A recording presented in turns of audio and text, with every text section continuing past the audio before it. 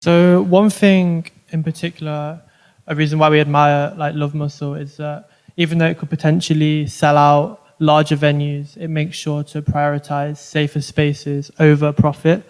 And we was wondering if there was any events or collectives in particular that inspired you to have this mindset of putting people before profit.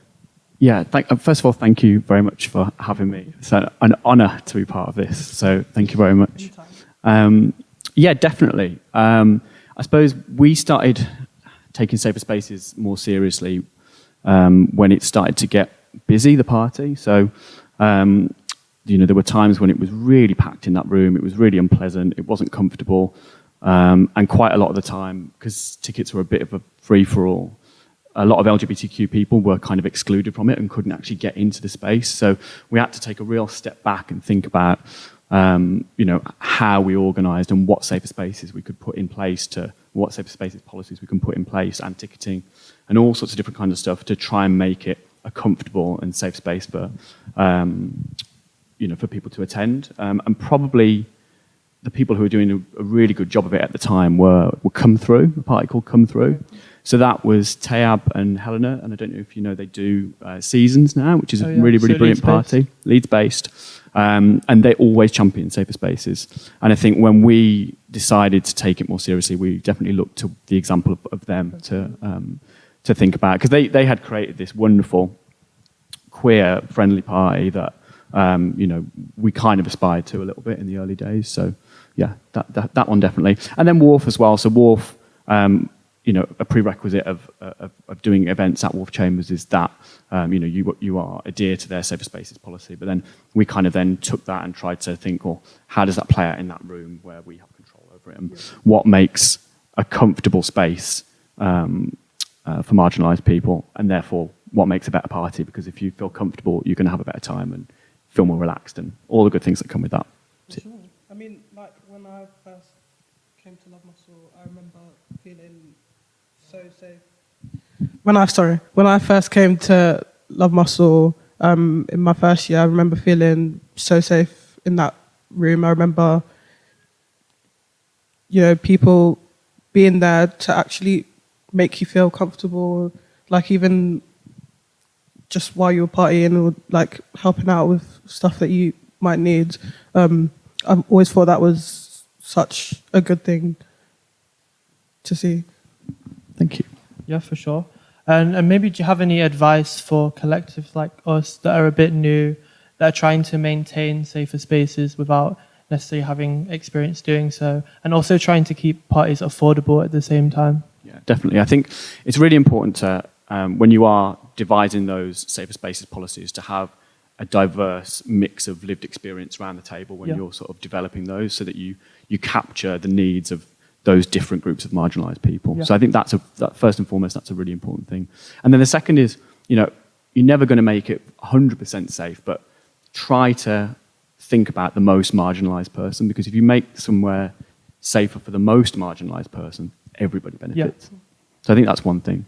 And then I suppose in terms of free parties and maybe not necessarily having ticket money and things that, so you can pay safer spaces, marshals and all the rest of it, think about crowdfunding potentially, or resources from your community to make it safer for everybody. Yeah.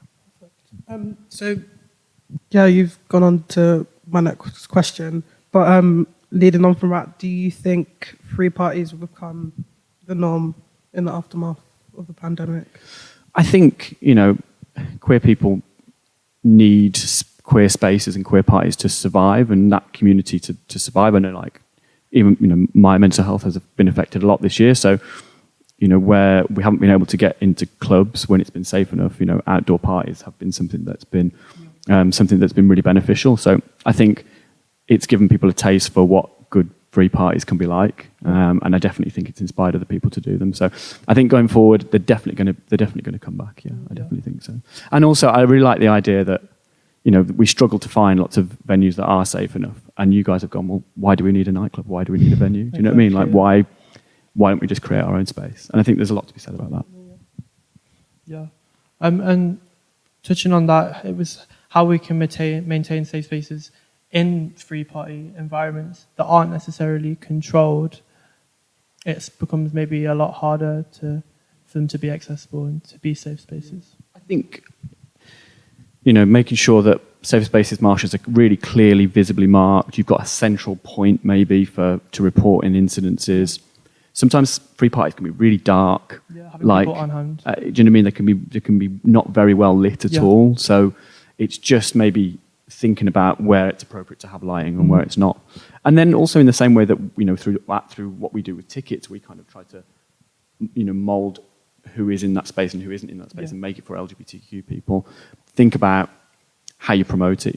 Is it properly secret? Is it friends of friends? Is it, you can do a lot of things up front to sort of guarantee that, the people that are supposed to be there will be there, and then work from there, I suppose. The other thing is knowing your rights, understanding trespass law, just loads of different things that can really help you if you get into a sticky situation. And also maybe think about, if you are confronted with the police, somebody who is sober but not a really marginalised person has to deal with the police. Do you know what I mean? Think about who interacts with that person and how you can get yourselves out of trouble.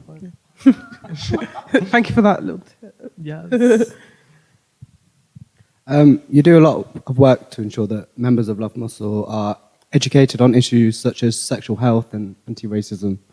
In what ways would you suggest that collectives and events could keep educating themselves and other partygoers?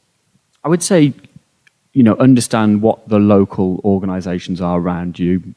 So what is your local black-led anti-racist organisation? What is your local trans organisation? And build meaningful relationships with those organisations. What do they want? What do they want to see?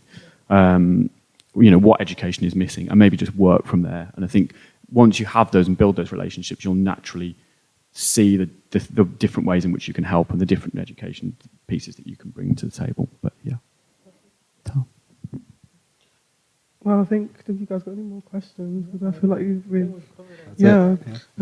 Thank you for joining us. No, thank you It's so much for having me. wonderful to have you. Yeah, I hope you enjoy the rest of the live stream. Yeah. Next up, we've got... What have we got next? Money Talks. Money Talks. Yeah. You introduce me. Yes, we've got a first time featured music video called Money Talks, so enjoy.